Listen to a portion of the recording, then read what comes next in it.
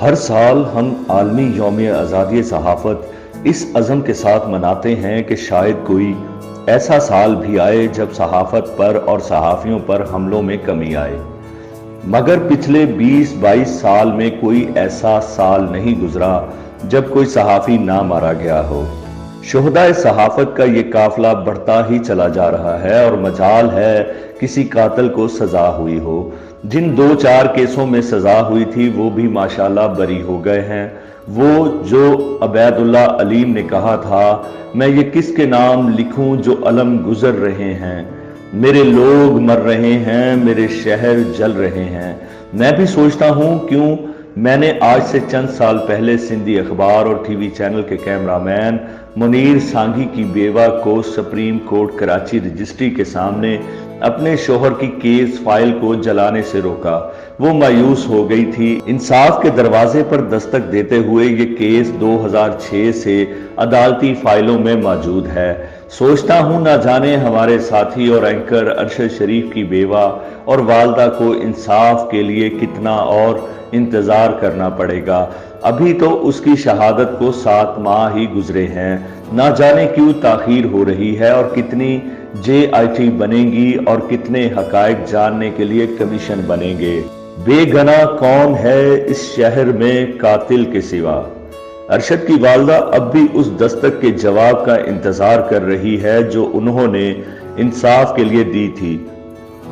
بیٹا تو اب واپس نہیں آ سکتا، کم از کم اس کا ہی پتہ چل جائے کہ آخر اس کا قصور کیا تھا اور کیا وہ اتنا سنگین جرم تھا کہ پہلے اسے ملک چھوڑنے پر مجبور کیا گیا اور پھر اس ملک اور شہر میں مارا گیا جو دنیا میں جرائم کے لحاظ سے سر فہرست ہے، جہاں کی پولیس اور خفیہ ایجنسیاں یہ کام اجرت کے عوض کرنے میں کمال عبور رکھتی ہیں۔ ہماری اعلیٰ عدلیہ نے بڑے جوش و خروش سے یہ یقین دلایا تھا کہ قانون کے لمبے ہاتھ قاتلوں تک ضرور پہنچیں گے، مگر تاحال وہ ہاتھ نہیں آ رہے کیونکہ تمام شہر نے پہنے ہوئے ہیں دستانے۔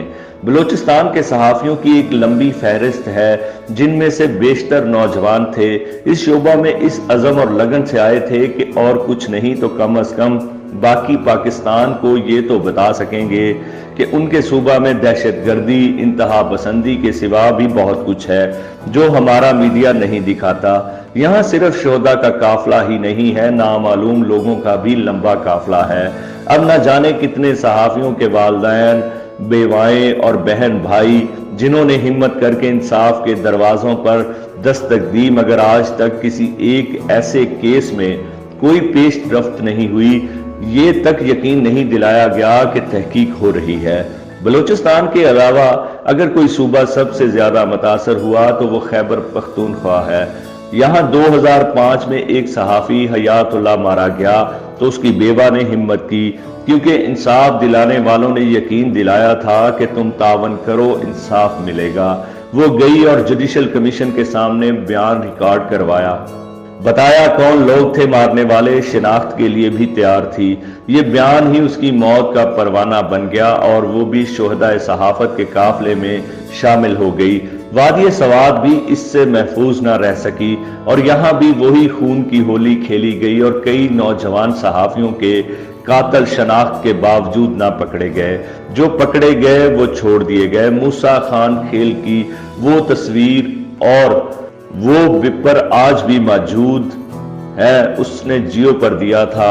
پاکستان میں صرف یہ 2 صوبے ہی صحافیوں کے خون میں لت پت نہیں رہے، خود وفاقی دارالحکومت اسلام آباد آج سب سے زیادہ غیر محفوظ ہے، صحافیوں کے لیے بھی اور صحافت کے لیے بھی۔